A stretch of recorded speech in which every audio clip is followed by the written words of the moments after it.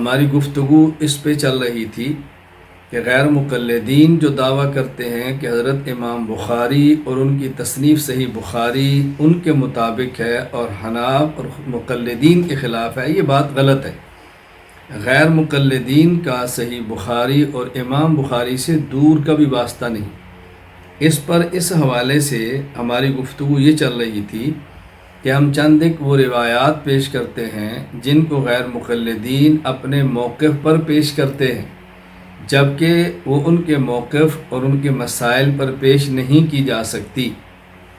ان کی اغلاط کیا ہیں، کہاں سے دھوکہ لگتا ہے ان کو، اور کہاں سے ہمارے بعض احباب سے جواب نہیں بن پاتا، اس کی وضاحت کر رہے تھے۔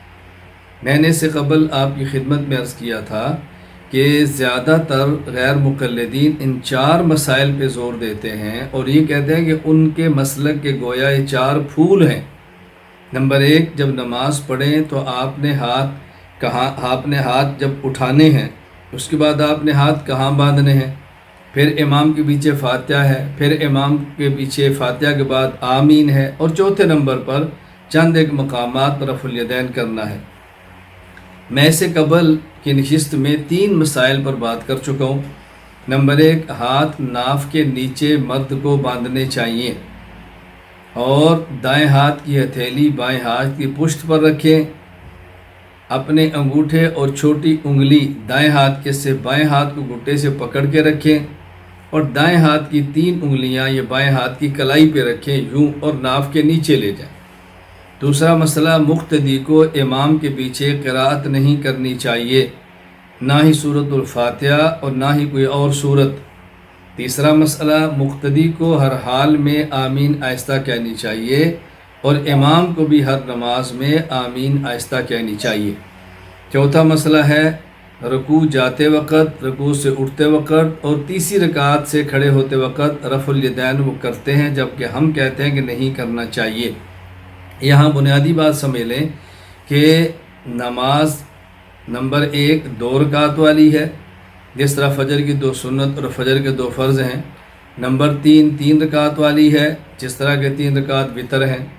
نمبر 4 4 رکعت والی ہے، جس طرح کے ظہر کے فرض ہیں، عصر کے فرض ہیں، عشاء کے فرض ہیں۔ تو یہ نمازیں ہیں 2 رکعت 3 رکعت اور 4 رکعت۔ اب اس کا معنی کہ معمول کے مطابق بڑی سے بڑی نماز وہ 4 رکعت والی ہے۔ 4 رکعت والی نماز میں 28 مقامات ایسے بنتے ہیں جہاں پر رفع الیدین ہو سکتا ہے۔ اچھی طرح ذہن نشین فرما لیں۔ نمبر 1 4 قیام، جب آپ کھڑے ہوں تو اللہ اکبر، پھر دوسرا قیام، پھر تیسرا اور پھر چوتھا، 4 قیام۔ نمبر 2 4 رکوع جائیں اور رکوع سے اٹھیں۔ نمبر 3 8 سجدے میں جائیں اور سجدے سے اٹھیں۔ اب آپ دیکھیں 28 مقامات بنیں گے۔ نمبر 1 4 قیام یعنی ہر قیام کے شروع میں۔ نمبر 2 4 رکوع جاتے وقت اور رکوع سے اٹھتے وقت، یہ 8 بنے، 8 اور 4 12، اور پھر 8 سجدہ میں جائیں اور سجدے سے پھر اٹھیں تو 16 اور 12 یہ 28 بنیں گے۔ تو 28 مقامات بنتے ہیں۔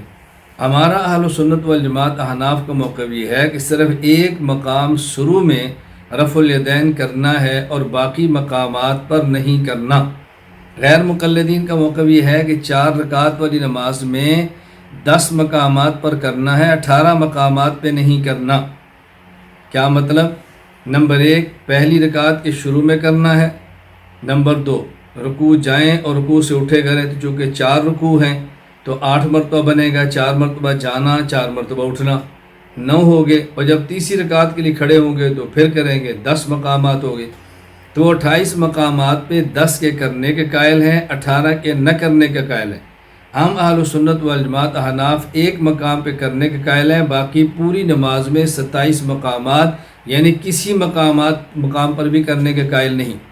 اب غیر مقلدین کو نمبر 1 ایسی دلیل پیش کرنی چاہیے کہ جس میں 18 مقامات کی نفی ہو، 10 کا اثبات ہو، یعنی 10 جگہ پر کرنا ہو، 18 جگہ پر نہ کرنا ہو۔ نمبر 2 یہ 10 مقامات جو غیر مقلدین کرتے ہیں، ہم اس کے قائل ہیں کہ ان مقامات پر کرنا رسول اللہ صلی اللہ علیہ وسلم سے ثابت ہے۔ اختلاف یہ ہے کہ وہ کہتے ہیں کہ رسول اللہ صلی اللہ علیہ وسلم نے ہمیشہ فرمایا مواظبت فرمائی، دوامن فرمایا. ہم کہتے ہیں ہمیشہ نہیں فرمایا، کیا اور چھوڑ دیا. اب غیر مقلدین کو ایسی حدیث پیش کرنی پڑے گی کہ جس میں ہمیشہ کرنے کا ذکر ہو، دوام ہو. نمبر 3، ہم کہتے ہیں کہ رفع الیدین نہ کرنا سنت ہے. اگر کسی نے کر لیا ان مقامات پہ تو خلاف سنت ہوگا، نماز ہو جائے گی. وہ کہتے ہیں کہ رفع الیدین کرنا ضروری ہے اور زور اس بات پہ لگاتے ہیں کہ اگر نہ کریں تو نماز ہی نہیں ہوتی. جھگڑے، مناظرے، سب کچھ کیا جا رہا ہے. پھر چوتھی بات، غیر مقلدین ہمیشہ کہتے ہیں ہم اللہ، اللہ کے رسول کا علاوہ کسی کی بات کو مانتے ہی نہیں. تو پھر ان کو ایسی حدیث پیش کرنی پڑے گی جس کی صحت بھی قرآن یا حدیث سے ثابت کرے، یہ ان کے اختیار میں نہیں ہے.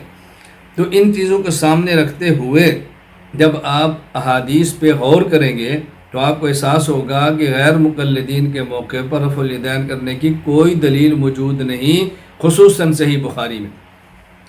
آپ دیکھیں صحیح بخاری میں حضرت امام بخاری رحمہ اللہ تعالی نے 5 روایات ذکر فرمائی ہیں. 4 روایات عبداللہ بن عمر رضی اللہ عنہما سے اور 1 روایت مالک بن حویرث رضی اللہ تعالیٰ عنہ سے کہ رسول اکرم صلی اللہ علیہ وسلم نے شروع میں رفع الیدین فرمایا، رکوع سے جاتے رکوع سے اٹھتے فرمایا. اور 1 روایت لائے کہ جب تیسری رکعت کے لیے اٹھے تو آپ نے پھر بھی رفع الیدین فرمایا. اب یہ 5 روایات حضرت امام بخاری رحمہ اللہ علیہ ہیں. تو ذرا اچھی طرح بات سمجھیں، یہ 5 روایات غیر مقلدین کی دلیل کیوں نہیں بنتی؟ دلائل کیوں نہیں بنتے؟ وجہ نمبر 1، ان میں 10 مرتبہ کا ثبوت اور 18 کی نفی ایسا ہرگز نہیں. دیکھیں ہم جب توحید کے قائل ہوتے ہیں تو 2 چیزوں کے قائل ہیں. نمبر 1 ایک اللہ کو مانتے ہیں، نمبر 2 اللہ کے علاوہ کسی کو نہیں مانتے. تو ہم کلمہ پیش کرتے ہیں لا الہ الا اللہ، جس میں ایک اللہ کا اثبات ہے، باقی تمام الہ کی نفی ہے. تو غیر مقلدین ایک حدیث پیش کریں کہ جس میں 10 کا اثبات اور 18 کی نفی ہو، جبکہ ان 5 روایات میں 18 کی نفی کہیں بھی موجود نہیں. نمبر 2، غیر مقلدین کہتے ہیں کہ رسول اللہ صلی اللہ علیہ وسلم نے ہمیشہ فرمایا، ان کا موقف یہ ہے، جبکہ ان روایات میں ہمیشہ کرنے کا کہیں بھی ذکر موجود نہیں، اس لیے غیر مقلدین کی یہ دلیل نہیں بن سکتی. نمبر 3، غیر مقلدین کا اصرار ہوتا ہے کہ جو رفع الیدین کے بغیر نماز پڑھے گویا اس کی نماز نہیں ہوتی. ایسا حکم یہاں پر قطعاً موجود نہیں. پھر وہ کہتے ہیں کہ ہم اللہ، اللہ کے رسول کے علاوہ کسی کی بات نہیں مانتے. تو کیا اس کی صحت حدیث کی وہ قرآن یا آیت حدیث سے پیش کریں گے؟ ایسا ہرگز ممکن نہیں. بہرحال یہ غیر مقلدین کی دلیل نہیں بن سکتی. اس کی وجہ نمبر 1 یہاں پہ 10 کا اثبات اور 18 کی نفی نہیں، نمبر 2 سے ہمیشہ اور دوام نہیں. یہ بنیادی باتیں ہیں. اگر کوئی غیر مقلد کہہ بھی دے کہ ہم تو فرض واجب نہیں کہتے تو ٹھیک ہے، نہ کہیں. یہ 2 باتیں تو ان کے سامنے ہیں جو ان کو بتانی پڑے گی. دوسرا جواب، حضرت عبداللہ بن عمر اور حضرت مالک بن حویرث رضی اللہ تعالی عنہم خود ان حضرات سے جس طرح رفع الیدین ان مقامات کی کرنا ثابت ہے، ان کے علاوہ دیگر مقامات کی کرنا بھی ثابت ہے. حضرت مالک بن حویرث رضی اللہ تعالیٰ عنہ کے بارے میں حدیث پاک وَإِذَا سَجَدَ وَإِذَا رَفَعَ رَأْسَهُ مِنَ السُّجُودِ حَتَّى يُحَاذِيَ بِهِمَا فُرُوعَ أُذُنَيْهِ، جہاں رکوع کی رفع الیدین کا ذکر ہے اسی طرح ان سے سجدہ کی رفع الیدین کا بھی اس بات موجود ہے. دیکھیں سنن نسائی باب رفع الیدین للسجود، سنن نسائی باب رفع الیدین عند رفع من السجدۃ الاولی، مسند احمد بن حنبل حدیث نمبر 15606، اصل الکبریٰ للنسائی باب رفع الیدین للسجود حدیث نمبر 672 673 674، مسند ابی عوانہ حدیث نمبر 1267 مشکل الاثار للطحاوی حدیث نمبر 631 632 633۔ تو مالک بن حویرث رضی اللہ تعالیٰ عنہ سے جس طرح رکوع کی ثابت ہے سجدہ کی بھی ثابت ہے، حضرت عبداللہ بن عمر رضی اللہ تعالیٰ عنہما سے جس طرح رکوع کے رفع الیدین ثابت ہے سجدہ کی بھی ثابت ہے۔ یرفع یدیہ فی الرکوع والسجود، مصنف ابن ابی شیبہ باب من کان یرفع یدیہ اذا افتتح الصلاۃ، یرفع یدیہ فی کل خفض ورفع ورکوع وسجود وقیام وقعود بین السجدتین، مشکل الاثار للطحاوی حدیث نمبر 24۔ تو یہاں رکوع سجدہ کے علاوہ ہر اس مقام پر جب اٹھنے اور بیٹھنے کا اونچے نیچے کا ذکر ہے، رفع الیدین کا ذکر ہے۔ انہ کان یرفع یدیہ اذا رکع و اذا سجد جز رفع الیدین للبخاری حدیث نمبر 83، الموجز الاوسط للطبرانی حدیث نمبر 71۔ تو اگر حضرت عبداللہ بن عمر، حضرت مالک بن حویرث رضی اللہ عنہم سے رکوع کی رفع الیدین ثابت ہے تو ان سے سجدہ کی بھی ثابت ہے، لیکن آپ سجدہ کی کرنے کے لیے قائل نہیں۔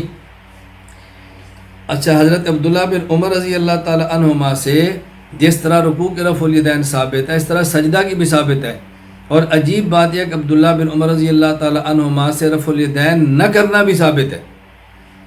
دیکھیں مسند الحمیدی حدیث نمبر 614، مسند ابی عوانہ حدیث نمبر مسند ابی عوانہ باب بیان افتتاح الصلاۃ، روى الامام ابو بکر عبداللہ بن الزبیر الحمیدی قال حدثنا سفیان قال حدثنا الزہری قال اخبرنی سالم بن عبد اللہ عن ابیہ قال رأیت رسول اللہ صلی اللہ علیہ وسلم اذا افتتح الصلاۃ رفع یدیہ حذو منکبیہ وَإِذَا أَرَادَ أَن يَرْكَعَ وَبَعْدَ مَا يَرْفَعُ رَأْسَهُ مِنَ الرُّكُوعِ فَلَا يَرْفَعُ وَلَا بَيْنَ السَّجْدَتَيْنِ، کہ نبی کریم صلی اللہ علیہ وسلم رکوع جب اٹھتے تو رفع الیدین نہیں فرماتے تھے، سجدہ بھی نہیں فرماتے۔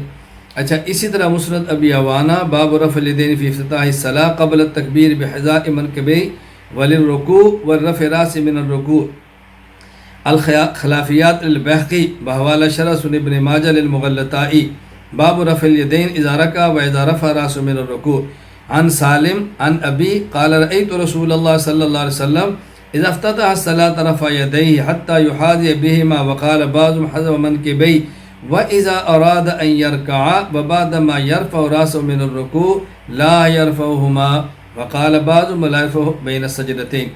اسی طرح خبر فقہاء والمحدثین للقیروانی